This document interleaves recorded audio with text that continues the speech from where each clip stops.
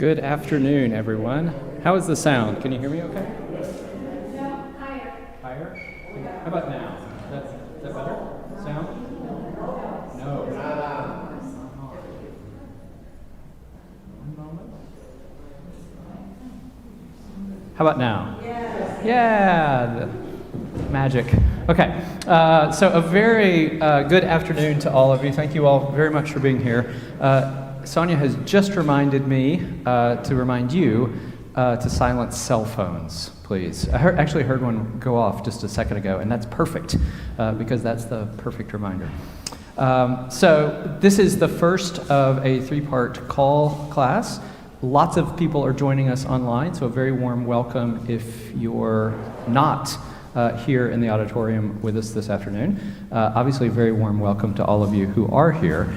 I'm very excited about the next 3 weeks because I think this material is just so incredibly rich in so many ways. In lots of ways, what we're going to be doing the next few weeks is multi-pronged. There are multiple strands. I don't know the best metaphor. The challenge that I've had over and over again is trying to tell this story in any sort of concise, start at the beginning and end at the end. And the reason why that is such a challenge is because these multiple strands of the story continually interweave with each other. And so it's partly an issue of identifying who is the crucial character at any given point in the story. But just when you think you're headed forward, there will be some crucial bit of information that takes you back. And the way in which these sort of multiple strands ultimately sort of form, I think, this really satisfying chord, there's something I think really rich about that. Okay, so all of that to say, I think there are a lot of reasons you could be here. I think you could be here because you're interested in Calvin's campus. You could be here because you're interested in just learning more about Bill Fyfe, who was that person who developed the master plan for this campus. I think lots of us kind of in and around Calvin for some time have some sense that he was associated with Frank Lloyd Wright, but maybe that's not been unpacked as fully as we could unpack that story.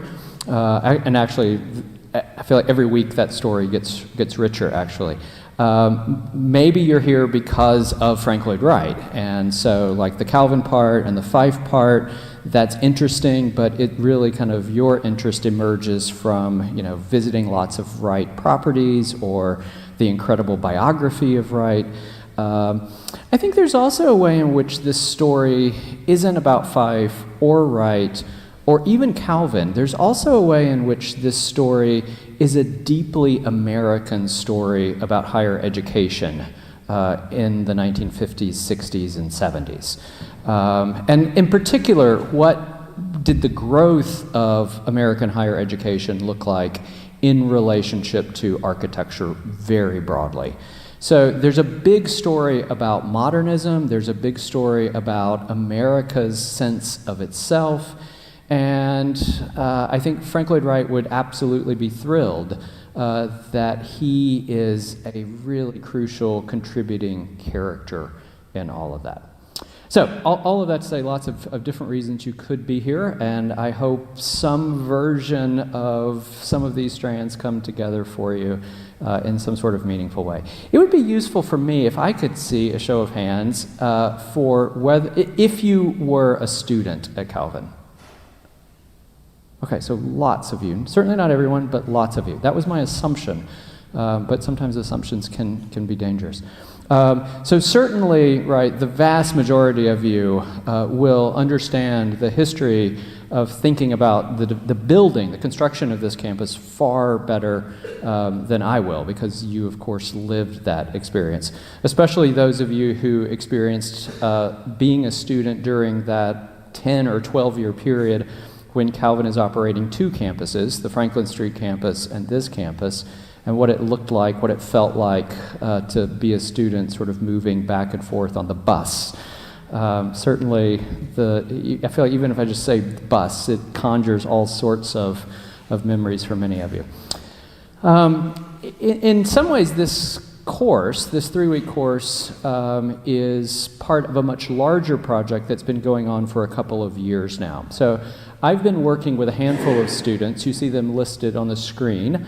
So Gabby Freshley, Annalise Holcomb, Natalie Seitzma, recently married, Natalie Mao now, along with Haley Prell. Those students have really done crucial heavy lifting work in terms of really poring over the archival material. In all kinds of ways, any one of those people could do a better job with this 3-week course than I will do. But they were students. One is still a student, but now in Budapest. One is still a student and currently on campus, and the other two have recently graduated. So I mention this just to underscore the fact that this project has been about trying to understand Calvin's past. It also is very much working with Calvin students and looking to the future. So how do we sort of, think about this community? How do we take seriously this question of legacy? Part of that then is developing research skills for students. Part of that also is using the gallery, the Center Art Gallery, actually as a kind of learning space as well. And so many of you will know there is an exhibition that is emerging in the gallery. It is not yet fully installed, but by all means it's there to kind of explore even this afternoon. Hopefully by the end of the week, early next week, it will be closer to what we think of as finished. But that exhibition likely is going to continue to evolve with different kinds of things on display, even over the next 2 or 3 months. One of the things that we're really working on right now, or waiting on, is an edited video that I think is going to be really do some kind of crucial work. Right now, in the absence of that video, we have longer footage running. And I suspect that many of you are going to recognize aspects of that. So I will be in the gallery later this afternoon. If you recognize people and want me to jot that down, I would very much appreciate that. Okay, so enough kind of logistics out of the way. Let's jump in. I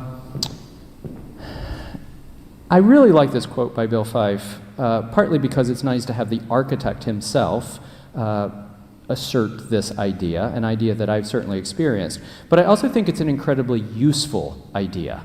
I think there are any number of ways Calvin's campus does not work like other university campuses. And you come here kind of expecting it to work that way. Where's the perfect view? And expecting symmetry and expecting a really firm sense of hierarchy. And you get to Calvin's campus and you kind of can't figure out where to take that picture, as it were. So one does not see a building or campus, one experiences it. So I'm an art historian. I've been teaching here at Calvin for nearly 20 years. I spend a lot of time thinking about images and the act of looking. And certainly a campus experience is partly visual. But I think what Fyfe is getting at here is we should be careful not to confuse a visual experience with a spatial experience. And so a spatial experience is three-dimensional. It unfolds as we move through the space, whether that's on a bicycle or walking or driving around the outer ring road. But we experience those spaces unfold. And of course, as Fyfe imagines this campus, above all, that unfolding happens as we, as pedestrians, walk across campus. And so as long as you're kind of expecting the right view, I think you're probably kind of set up to miss the experience. And of course, that experience isn't just a three-dimensional one of visualizing things and moving through spaces, but it's also, right, a multi-sensory experience. It's the different smells in fall versus winter versus spring. And so, like in some kind of rich manner, we've got to activate that multisensory experience as we move through campus if we're going to understand, I think, what Bill Fyfe imagined this campus would do for us. I also want to start here with both of these views because you'll note, obviously I've chosen which slides to show you, but you'll note that the buildings themselves are not the dominant element. And, you could take different photographs and the buildings would be the dominant element. But I think there actually is something incredibly typical about both of these views. That as you move through campus, you're aware of buildings, a building being right over there, in some cases even a fairly large building being right over there, but your experience of it visually is absolutely sort of factored in terms of the canopy of the trees, the landscape, the grade that may still, sort of cover portions of the building. There's something really lovely about that. I'm reminded of something that I heard Phil Biesholt, who was facility managers here, director of facilities here for years. He said some version of this, I heard him say this repeatedly, that oftentimes a successful experience is actually because of what we don't see rather than what we do see, right? So if you're thinking about looking out a window at your front yard, right? The best view, right, is when you aren't seeing the glass because it's clean, right? All of the things that you don't notice, the sort of very tidily vacuumed hallway when it's perfectly clean. But as soon as you've got an empty soda can, as soon as you've got, sort of crumpled up piece of paper, right, you become aware of that. And you just start thinking through, literally all of the possibilities of our visual experience, our spatial experience being interrupted in some unsatisfactory way. What makes a successful space is often what isn't there. In some ways, it's a very simple idea. In other ways, it's an incredibly profound idea. And I think actually a really profound Reformed idea, because it suggests that there's some relationship between the visible and invisible. And that relationship doesn't have to play out in terms of some sort of duality, that those things are radically opposed to each other, but that in some way the relationship between visible and invisible, in some way those are informed by each other. That's an incredibly difficult role for an architect to step into. Because, right, the architect tends to think, let me really show you something. Let me build this sort of flashy entrance. Let me make this part of the building really impressive. And the ability of an architect to sort of rein in those instincts to show off, that can be a tall order, especially for many architects. And Bill Fyfe, I think, was really, really a master at grasping that. In his own way, Frank Lloyd Wright certainly could be a master of that. There also is a way in which Frank Lloyd Wright also really wanted to impress us. And so I think part of the challenge of the next few weeks is thinking about how are Fyfe and Wright similar, and also how are they very, very different architects. And I think one of the challenges of thinking about Calvin's campus is I'm very proud of this architectural legacy. I think actually it's incredibly important that Fyfe did work with Frank Lloyd Wright in the 1930s at Taliesin. I'll explain that in just a moment. But I also think there's a way in which if what you tell people is this campus is related to Frank Lloyd Wright, it's easy to really set people up to be confused. Because for people who visited iconic Frank Lloyd Wright sites, and then you come to Calvin and you expect this place to work like Falling Water or something, or the Guggenheim, it is just really, it is not going to help you to know that there is some connection to Frank Lloyd Wright. So one of the things, again, that we need to think about in the next few weeks is how do we better understand that relationship? All right, another example of sort of Calvin understatedness. This is also, I think, a really lovely phrase from Fyfe as he's assessing his own career on this campus.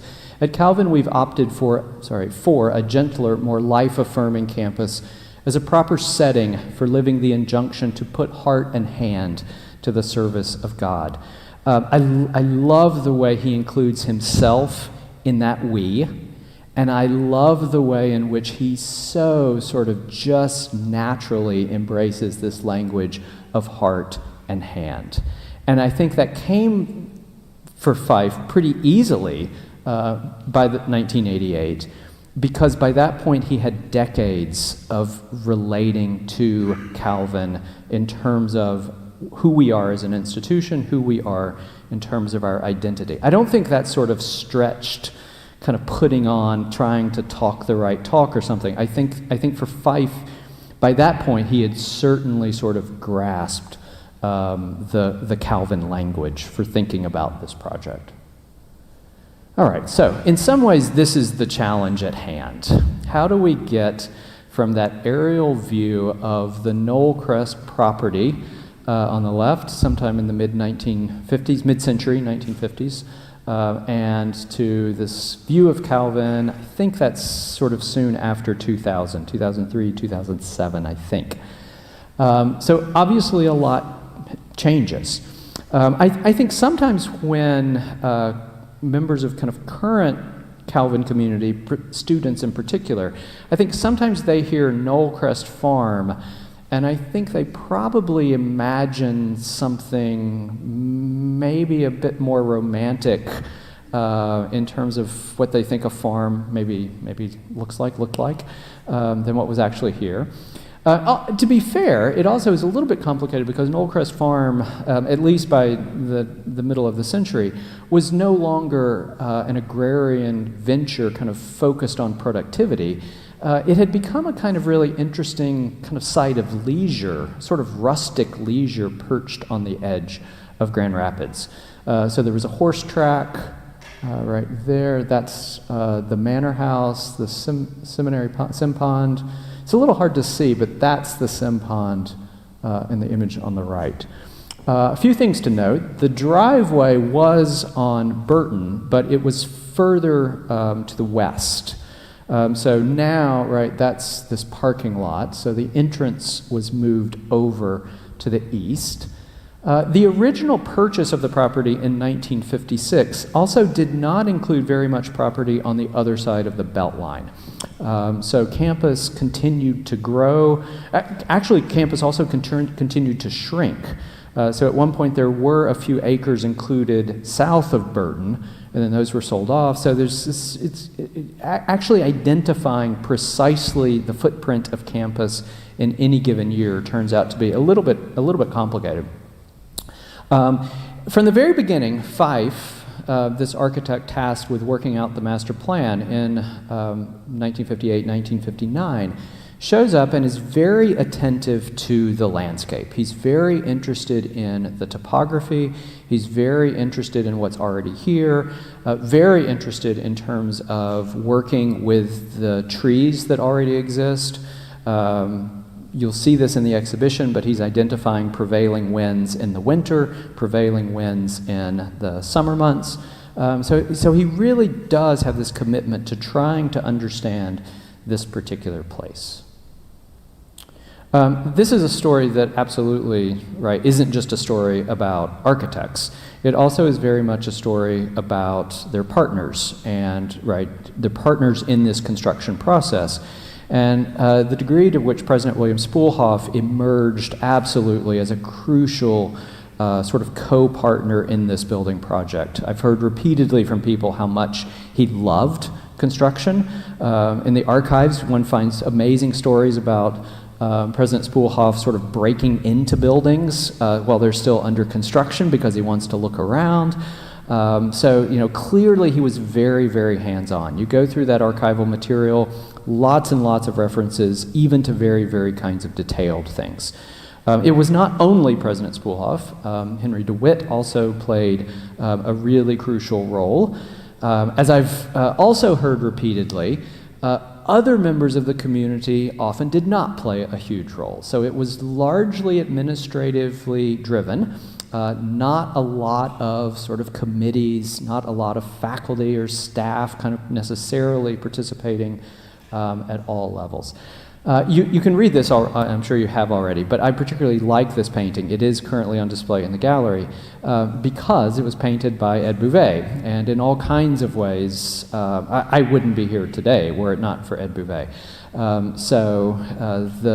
The role that Ed played in terms of developing the art department, in terms of developing a visual artistic sensibility for this community generally, it's hard to overstate that. And I love it that he painted this when he was a student. And so again, we kind of have this idea of students going on to do other things, students going on to become faculty, faculty going on to develop, become influential in various ways. So there's very much this kind of layer of legacy in all of this material. All right, so I've been kind of talking about this campus and making certain assumptions. Namely, an assumption that you understood what was before. Lots of you, again, know all too well what was before from your experience. But that Franklin Street campus, which is still largely there, was the immediate predecessor. It was clear by the 1950s that the college was very quickly outgrowing the Franklin Street campus, at least the Franklin Street campus as it existed at that time. And those of you who know Franklin Street well will understand how sort of constrained that site already was in terms of the surrounding neighborhood. Now, the exception to that is Clark. So if you're thinking about the community of Clark, sort of retirement center, you think, yeah, but most of that was built later. It was already owned by the Methodist Church. And it was, at the time, specifically designated for kind of older retired pastors and widows. I think the idea was, right, that in some way that would be a place, a home, for people who, for whatever reason, right, didn't have better options. So even though where we now think of Clark, even if that was not yet constructed or built out, it had already been owned. So there were not huge tracts of land surrounding the Franklin Street campus. Certainly there was a very kind of deliberative process of thinking through the options. And so one option was to stay at Franklin Street and just, sort of buy up property as you were able to. I think the college thought of that as an option that felt pretty precarious because so many things would be beyond their control. Namely, if people didn't want to sell, or at what price point would people want to sell. I think it must have just felt pretty contingent. The second option was to develop two campuses, and right, that in some way, and I don't think it was a vision that people would forever be bussed back and forth between the two, but that in some way you would begin to sort of divide the campus in some way. And again, that was ultimately viewed as just not workable. And so the decision was made, purchase this property. Interestingly, the denomination was not on board or was not fully supportive of that initially. The original terms of the agreement gave a one-year escape clause. So that 364 days later, Calvin could have changed its mind, the denomination could have changed its mind and gotten out of the deal. I can't imagine buying anything that you get to take it back a year later, and sort of, buyer's remorse sets in. I really don't want this. And I think it just points to the degree to which, right, there were lots of doubters about this. Any number of ways we might cast that. One way to think about that, it points absolutely to President Spoolhoff's vision. And what he was, wanting to do clearly looked crazy to some people. He absolutely believed in it and moved that project forward. All right, so other views of Franklin Street campus. For our purposes, I particularly want to stress the stylistic differences. So that you could imagine any number of, institutions saying, okay, we've outgrown this campus, this is what we're used to, now let's go build a version of that 3 miles away where we have more property. That was not the decision at all. And I also want to be clear, that was not just a kind of accident. It wasn't just an accident that Calvin ended up being constructed in a much more progressive, modern kind of style. As we'll see, that was very, very intentional in terms of the decisions that were made. All right, and of course motivating this is the explosion, the huge growth in higher education that follows the end of World War II. So with the GI Bill, just huge expansion in terms of the American middle class, all kinds, and it is difficult to overstate the ramifications of this for American life generally.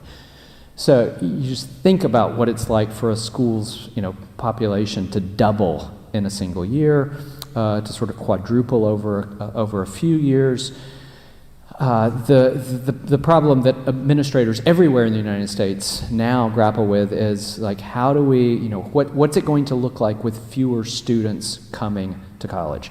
That is not the thing that's keeping college administrators awake in the 1940s and 50s. But I also want to be clear, and again, not just in terms of Calvin, but this is absolutely part of the American story of higher ed in the 1950s.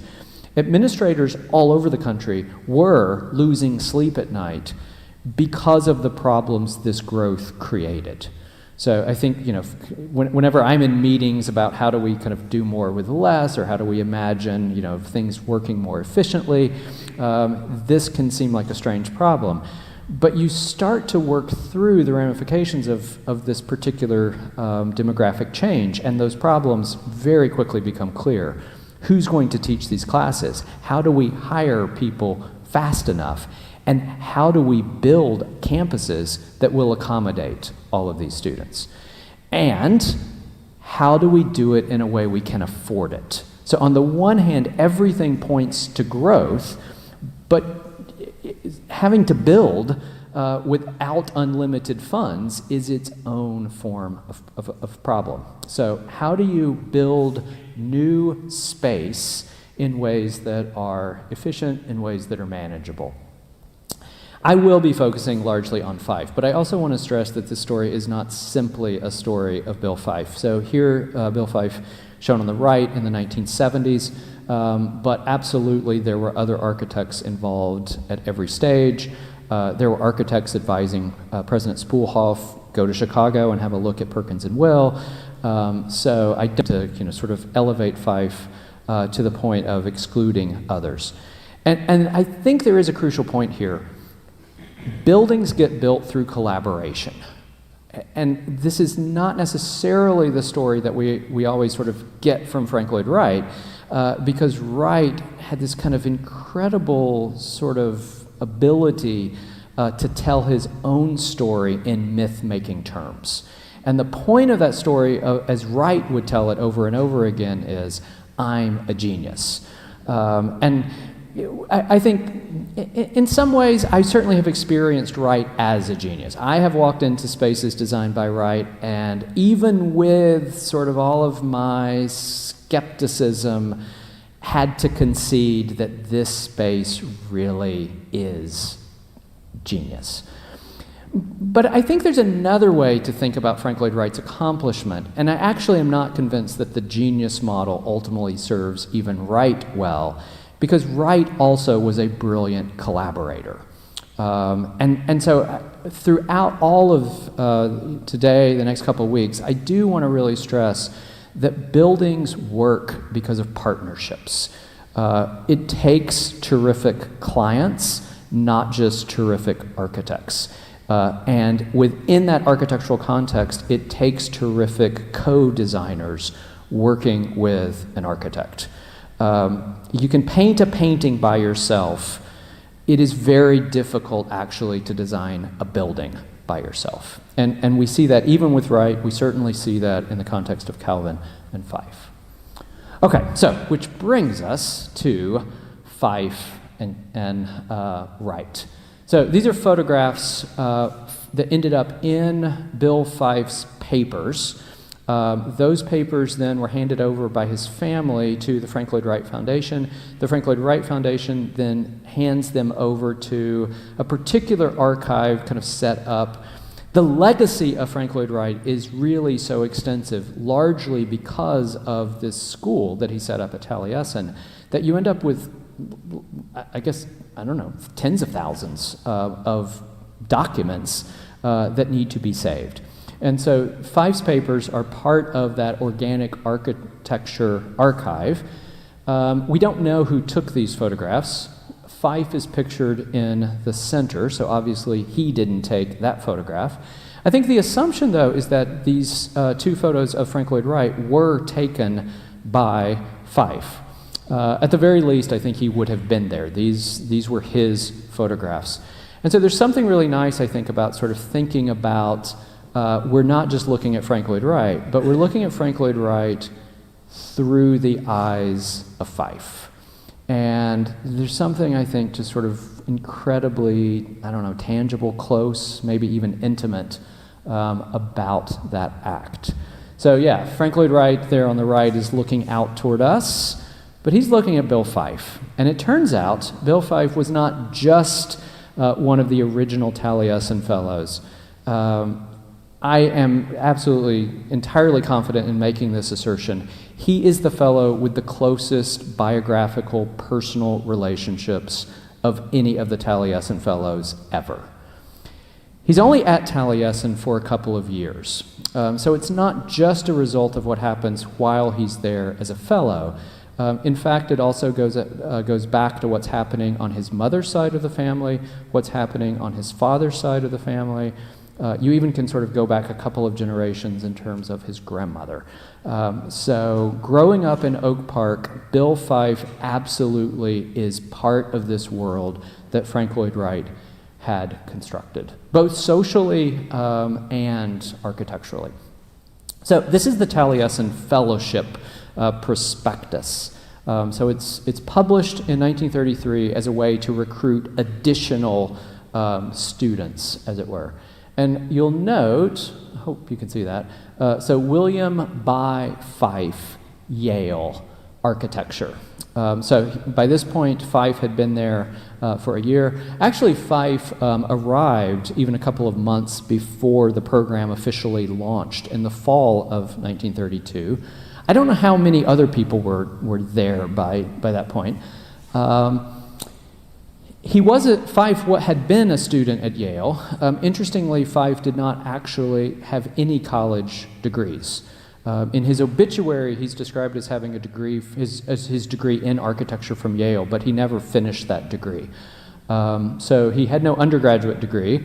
As an undergraduate, he transferred to Yale directly into their Masters of Architecture program, but then he leaves Yale for Taliesin. All of which raises the question of what was Taliesin actually like as a school? And it turns out it really wasn't in any way what we would expect a school to be. It was always imagined that it would be very kind of hands-on experiential learning. In some ways, that's a kind of euphemism for the students would do a lot of work. It was like a school in that you paid money for it, and a lot of money. I haven't tried to work this out in terms of how, I don't know what Calvin's tuition was in 1932, for example, but I think $1,100 was actually a lot of money in 1932. So the fact that you would pay $1,100 to go live in Spring Green, Wisconsin, have the opportunity to watch Frank Lloyd Wright do some drafting from time to time, but spend a lot of time gardening, kitchen duties, and construction projects. That was it seems like a lot of money to sort of sign up for a lot of kind of manual labor. That's how you were supposed to learn. But that was the program. I think this is what Taliesin looks like. It largely would have looked like this in the 1930s. This is what it looks like today. And I will just say, for those of you who have visited Taliesin, this I think will make sense. For those of you who have not, I finally visited Taliesin last summer, so about 14 months ago, and it crystallized Frank Lloyd Wright's entire career for me more than any other single Wright property. That if in some way you've experienced Wright properties as kind of idiosyncratic, and sort of varied, and this one is terrific, but this one's not, or this one feels like this one, but this feels like a completely different architect. Something about visiting Taliesin, it in some way for me kind of brought the whole thing together. And I think partly that's a result of the fact that Taliesin very much was the place that Wright thought of as home. Taliesin West will come later, so Bill Fyfe was not part of Taliesin West, and it also was became part of the annual kind of sojourn cycle of being a fellow at Taliesin.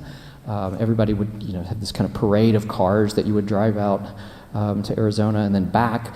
So that was important, but I think no other site was home for Wright the way Taliesin was. There were certainly precedents, and I think the single biggest precedent was the Bauhaus.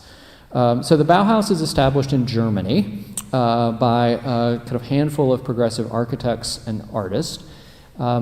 In some ways they have a different project, so I don't mean it's exactly the same. In some ways they're diametrically opposed even, but I think there is some way in which Taliesin is sort of trying to work out the possibility of what would a Midwestern, what would an American version of this sort of training look like.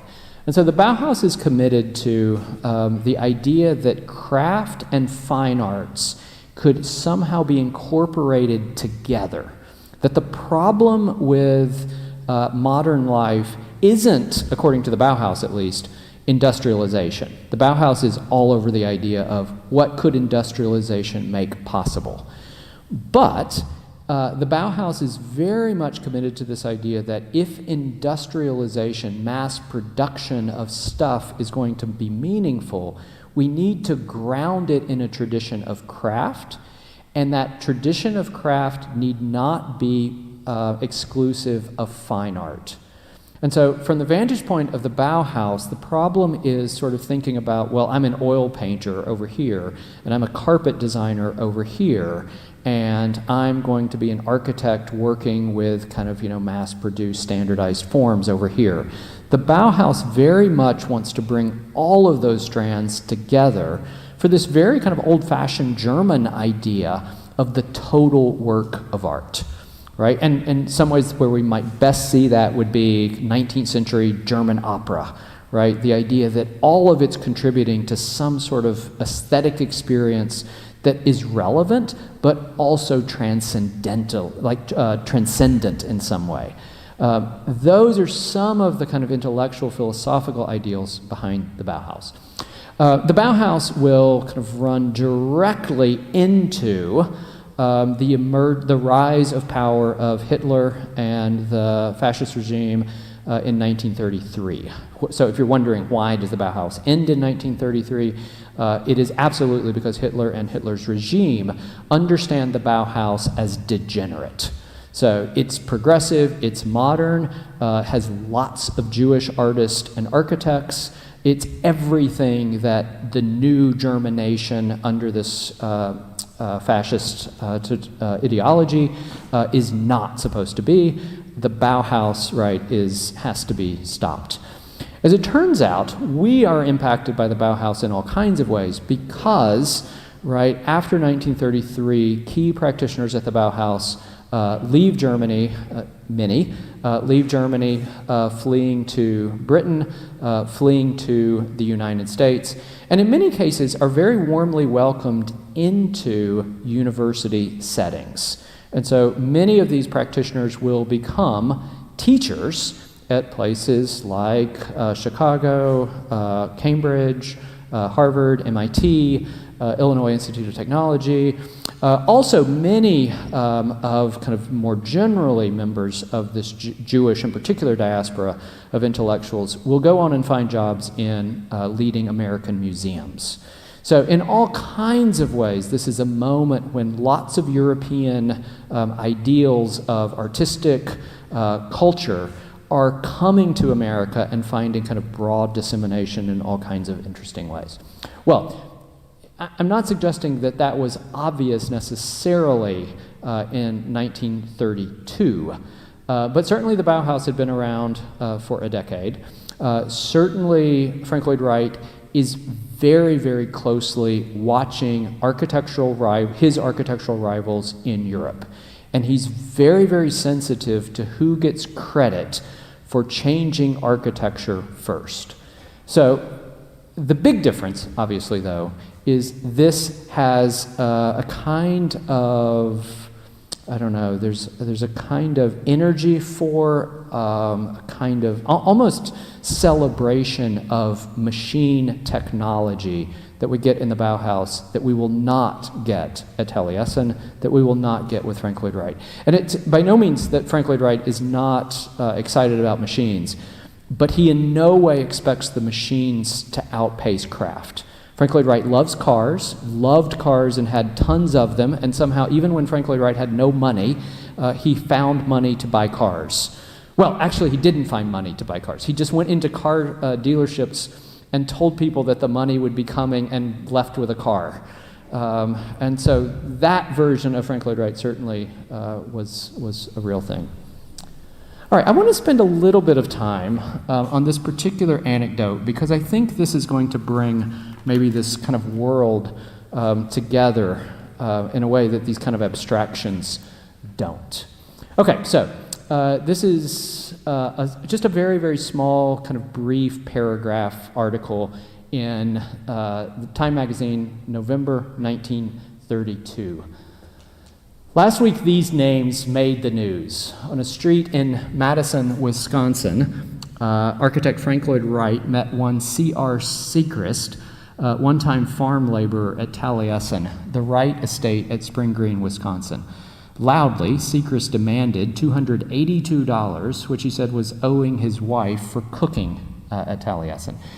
The two of them, scuffled, fell in the gutter. Sechrist's knee broke Wright's nose. 2 nights later, 5 of Wright's students called on Sechrist with a black snake whip, shouting, "Kill the SOB." Sechrist drove them out with a butcher knife, had them arrested. The judge thought $100 fine and 60 days in jail inadequate. Interestingly, Fyfe was one of those. And interestingly, this is not exactly a source of embarrassment. I mean, I don't know. I want to read you 2 other accounts of what happens. Wright includes this story in his autobiography. It's toward the end. The first edition appeared in 1932. I didn't go back, and he continues to rewrite it. And I didn't go back to check, is it in the first edition? But it's in an early edition, and I think it's there even in 1932.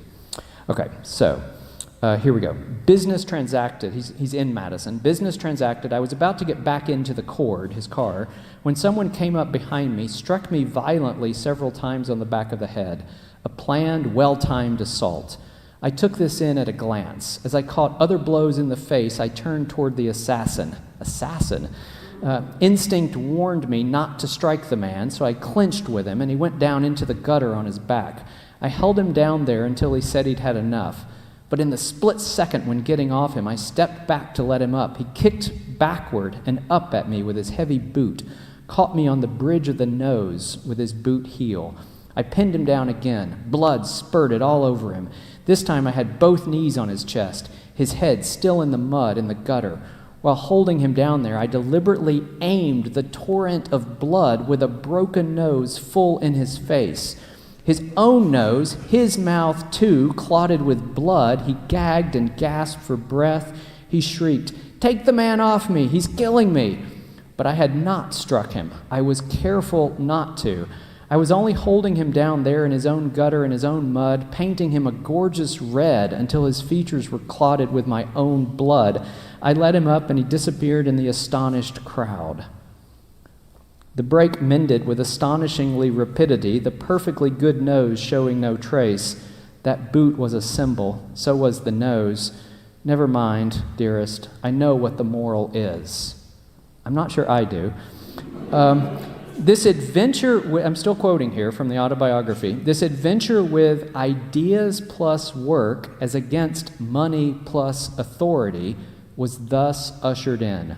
When I got home bandaged, unknown to me, My boys, 4 of them, 4 not 5, 4 of them went out after their man, got into his house to find him there on the other side of the dining table, holding his wife in front of him for protection.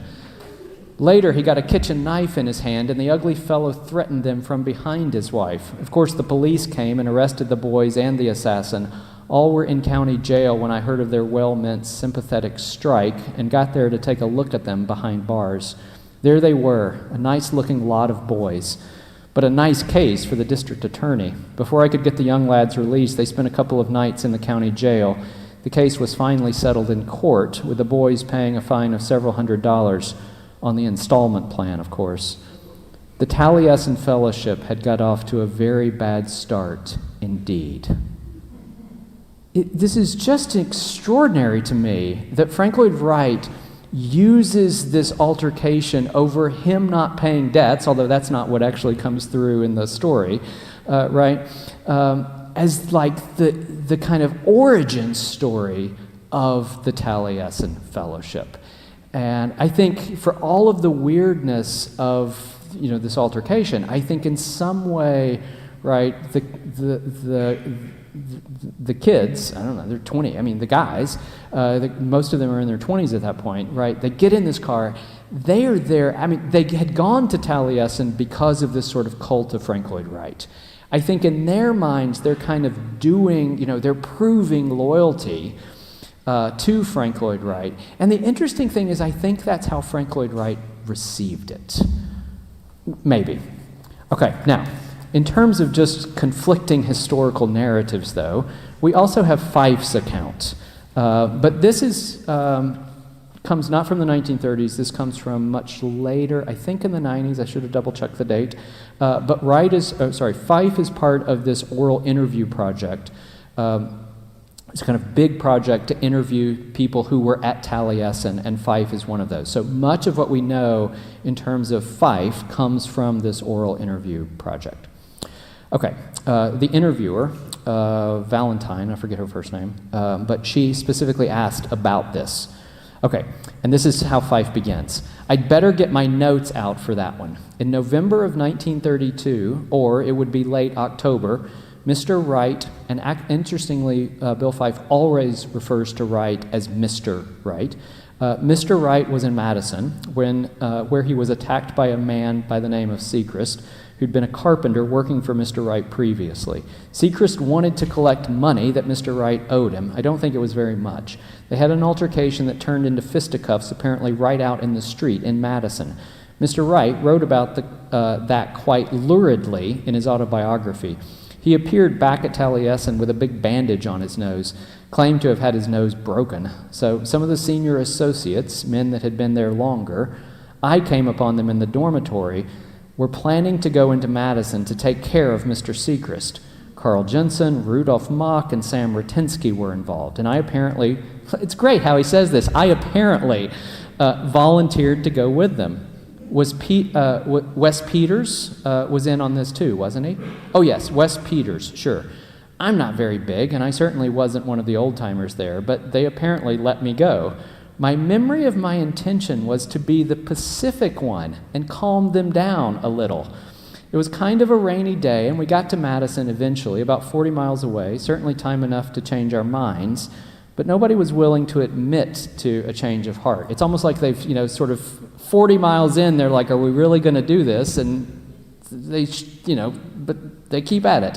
The site was an apartment house where we had to go up narrow stairs and maybe a switchback or two. I think the Sechrist lived on the second floor.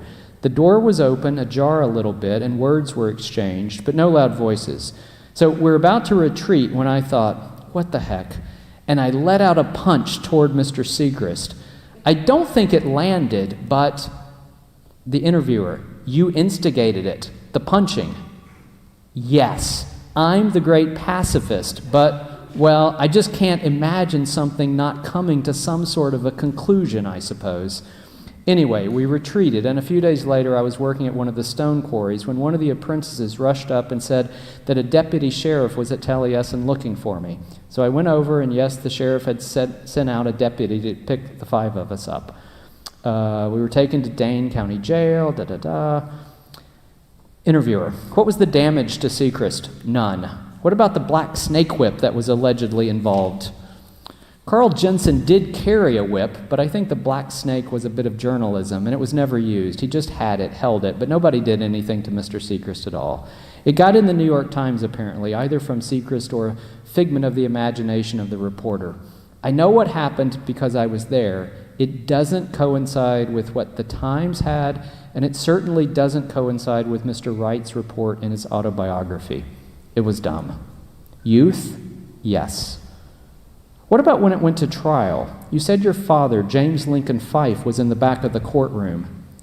When we were moved from the jail to the courtroom at the end of the corridor, I could see my father just hovering. I don't know how he got word of it. I can't imagine.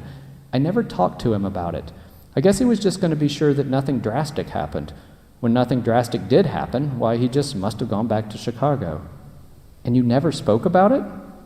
No, that's typical Fyfeism. He's always there to support you, but you didn't talk about it. Exactly. I think this is an incredibly interesting story for lots of reasons. I will talk about this next week, but it turns out that Bill Fyfe's father, James Fyfe, I think also is an important figure in the story, and he himself also had close connections with Frank Lloyd Wright professionally. They were sort of strange, but I'll explain more about that next week.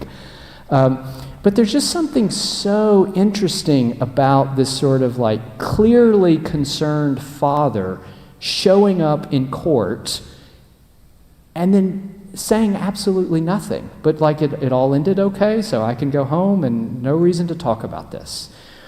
I suspect there are lots of different ways you could interpret those family dynamics, but it seems to me that all of these three accounts are using the same story in very different ways. It's getting national coverage because in the early 1930s, Frank Lloyd Wright was absolutely still of public interest to people. It's not that he was a successful architect in 1932. And in fact, one of the reasons he starts Taliesin is because there really is no architectural work. Now, that's true generally because of the Great Depression, but it's especially true for Frank Lloyd Wright. He had very little work in the 1920s and very little work in the 1930s until the crucial commissions came through of the S.C. Johnson building and Falling Water. It's also the period, of course, when the Usonian houses sort of develop, and so it's an important period for Wright, but it's also a period in which he's getting overlooked a lot by the larger architectural establishment. That said, Wright is doing everything he can to promote himself, including launching exhibitions about his career, and in the midst of that, he still is of huge interest to the press generally. Many of you will know the scandal that happens earlier in Wright's career.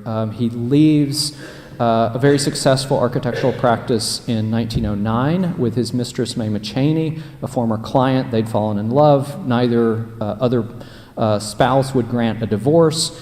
Wright has sort of had it by that point in his career. They go to Europe together, not for too long, but sort of for about a year. Wright is kind of out of things. He returns, but he has a hard time sort of returning, and he does not want to go back to Oak Park, which is why he goes to Taliesin. One of the reasons why Taliesin will become the sort of symbolic center of home. And he had earlier much kind of older relationships with that land as well.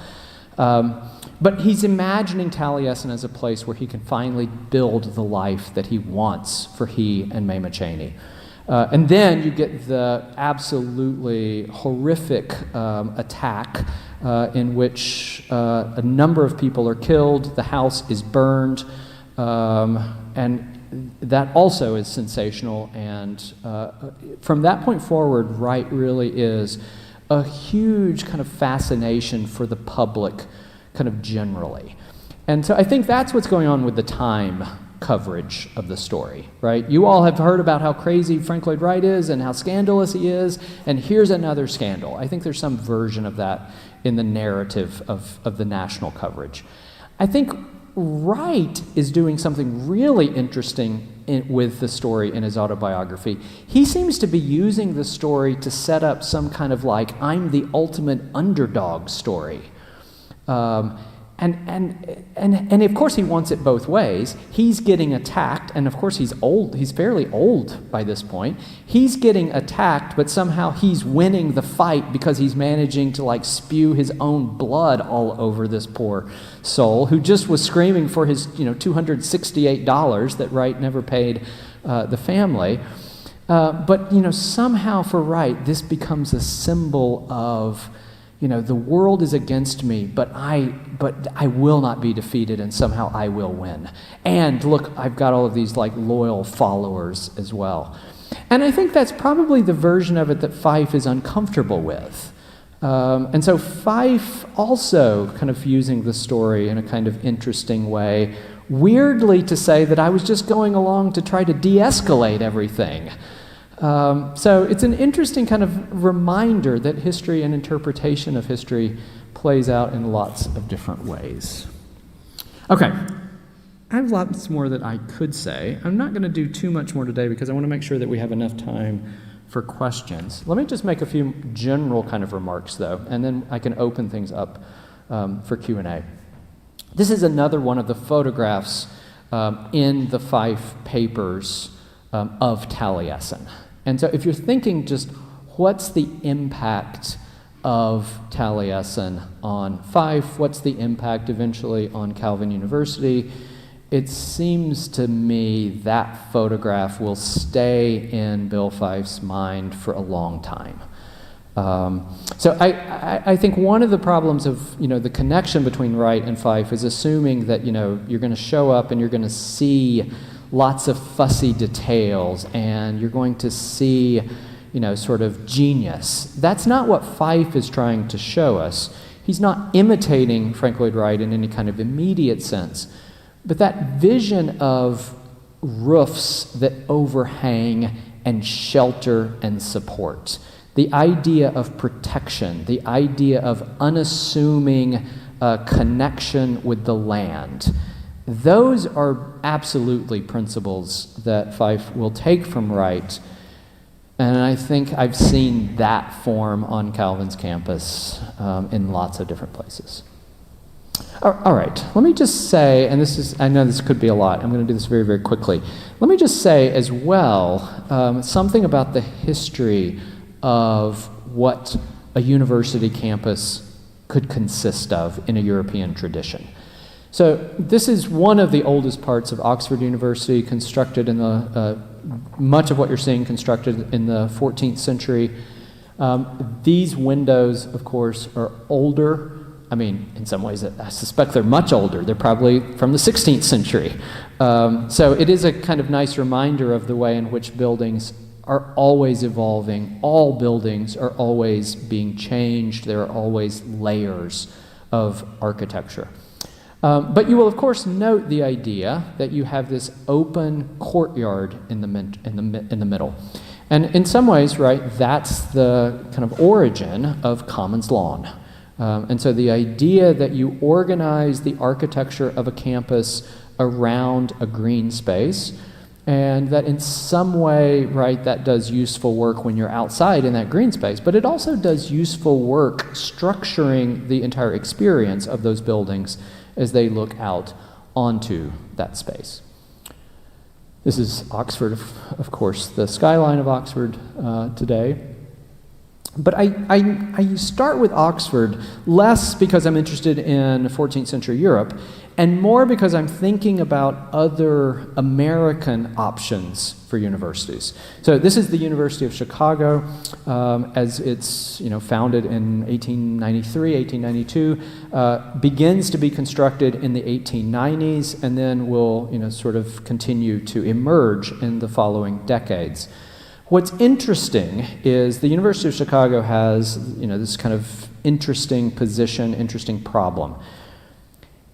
From the very beginning, there had been a Baptist institution before that, but the University of Chicago is refounded largely with financial support from Rockefeller, and it is founded from the very beginning to be a world-class institution of research. There were models in the world for such institutions, particularly Berlin had developed this vision of what a university could be in the 19th century.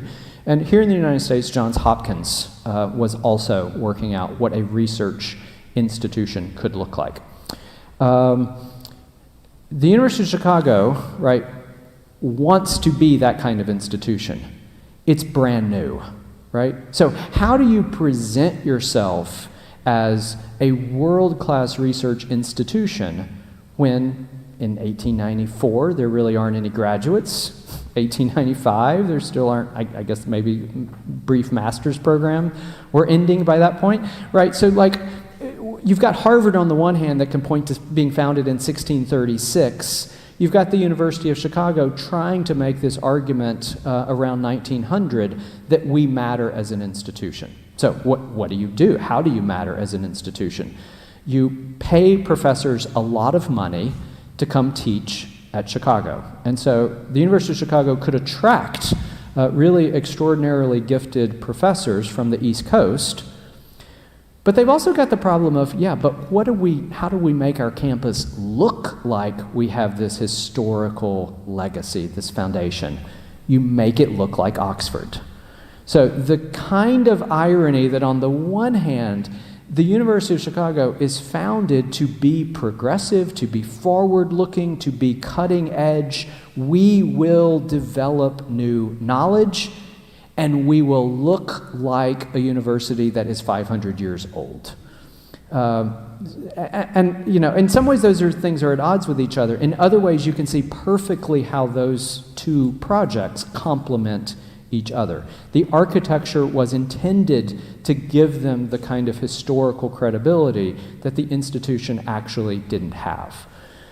I don't mean to make that too kind of, I don't know, self-serving or, you know, sort of cynical or to be too skeptical of it, because of course lots of institutions were embracing a neo-Gothic style. So lots of universities, lots of churches are being built in styles that look like this. So it's not like the University of Chicago is sort of, you know, coming up with this thing that no one else is doing. But there is a way in which those two agendas are coming together in interesting ways. This is the interior of kind of the Commons Union, the dining hall at the University of Chicago. It's such a lovely view.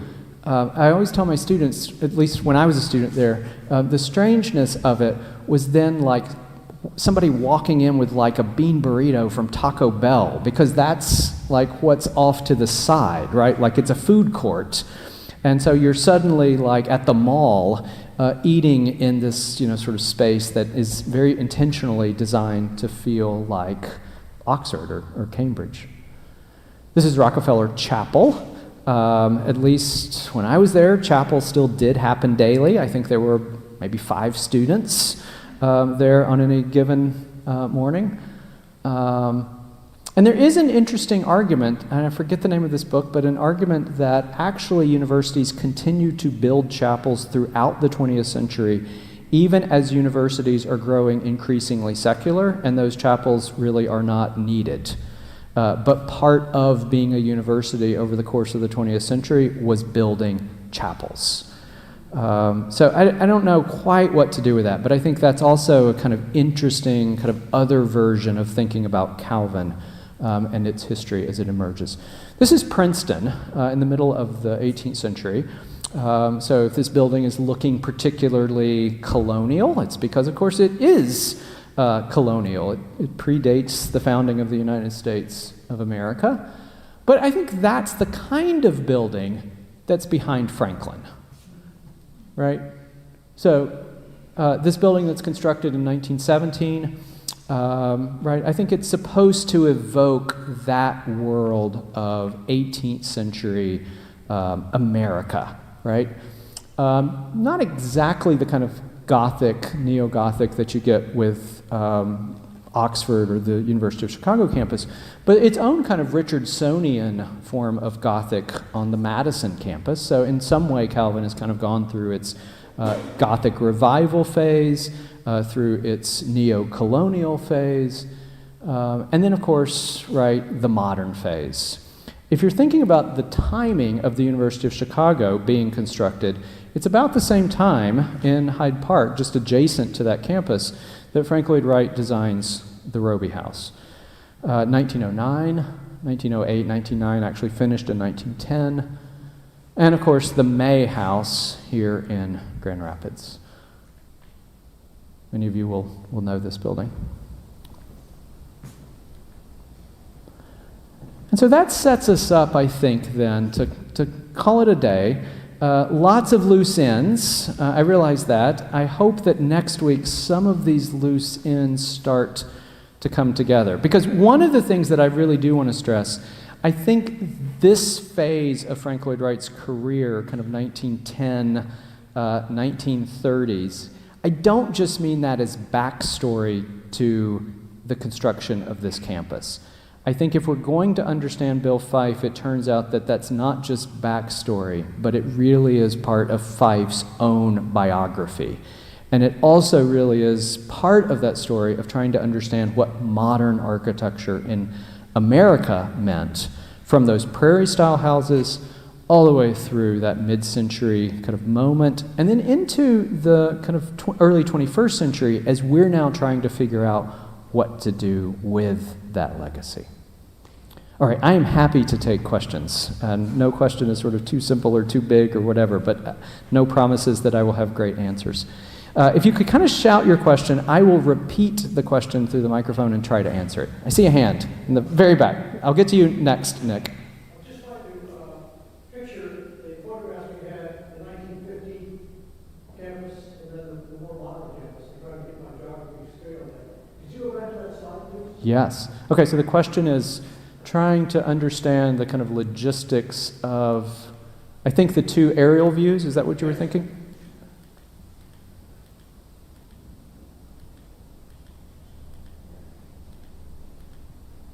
Sorry. Here we go. Oh, just start with, is that about the same location? Okay, I should have worked you through this. So this is the belt line. So we're looking north in both situations.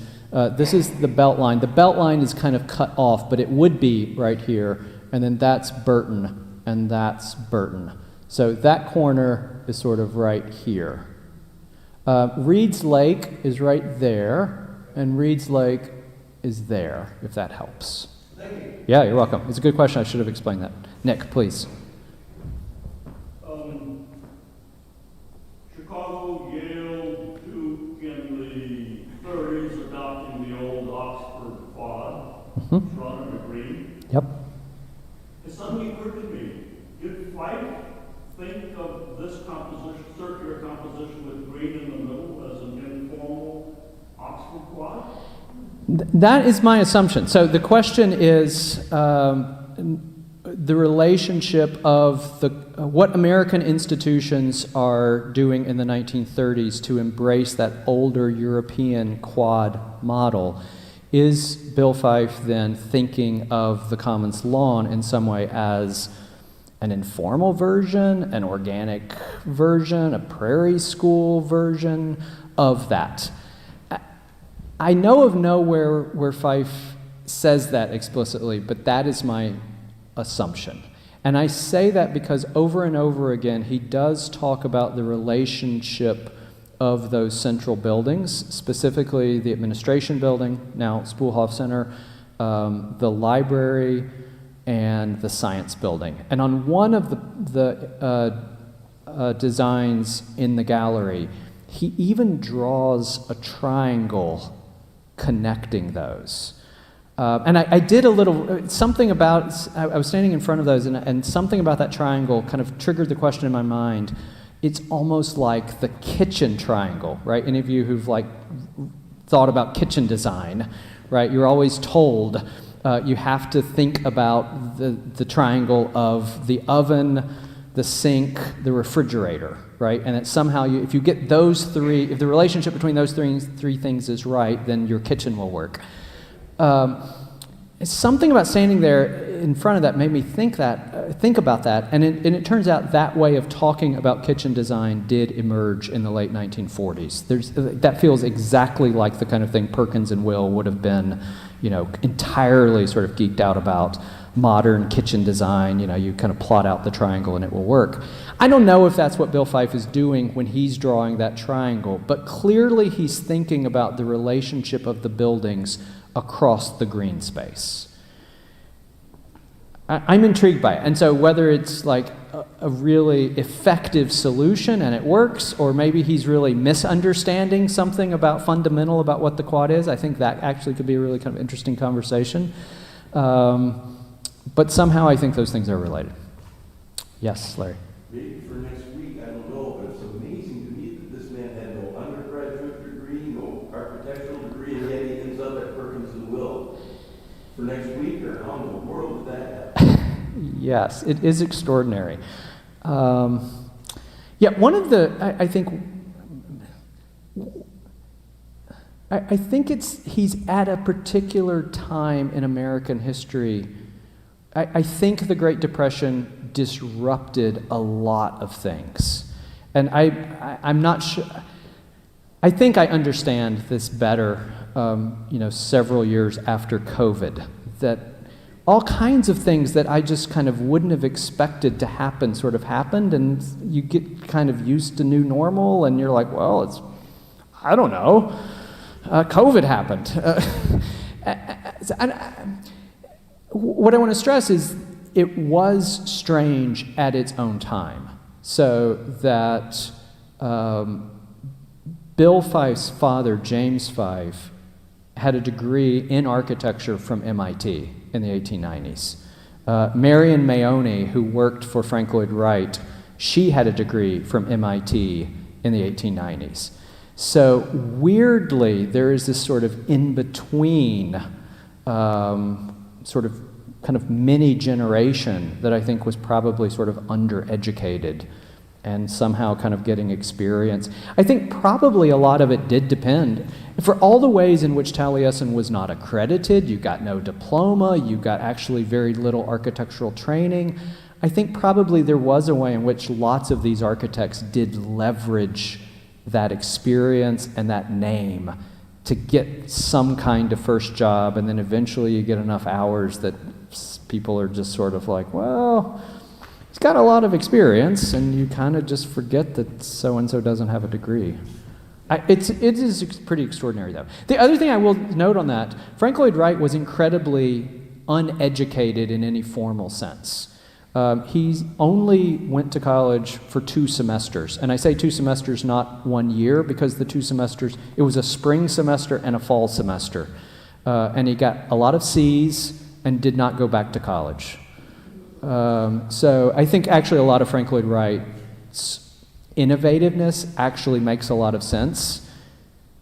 He didn't know not to do things. Like, he'd never been in a situation where it was kind of ingrained in him how you're supposed to do things, and so I think actually he had a lot of freedom just to do things.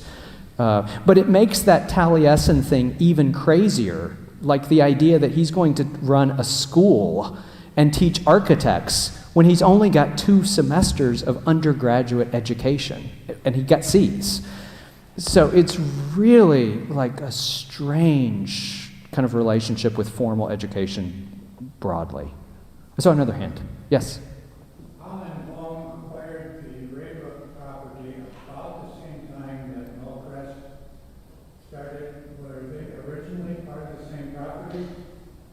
That's a great question. So by Raybrook, you're talking about the area south of Burton. Yes. It's my understanding that Calvin had about 3, maybe 4 acres south of Burton. I don't know if it was part of the Knollcrest farm or if it was a separate acquisition. My understanding, though, is that it, as you say, that it was about the same time. I'm also not sure when it was sold. So it is this kind of interesting thing of property is being acquired, sold, acquired, and that continues even today. So, it is interesting. Yes? mentioned that the Franklin campus was a throwback to 18th century America. Who designed? Oh, I don't know. If anyone has any leads on that, that must be knowable, but I don't. Oh, I'm sorry, I didn't repeat it. Who designed the Franklin Street campus, right? So if it is this revival of a kind of neo-colonial sort of style, who do we have to thank for that campus? But I don't know. If anyone does know, please talk to me afterwards, because that would be great.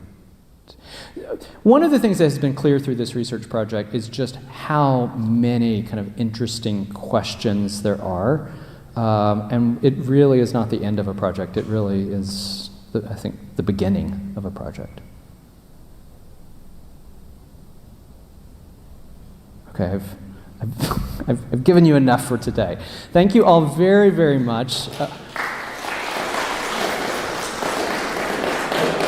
So I'm really grateful to call for this opportunity. I will see you all next week.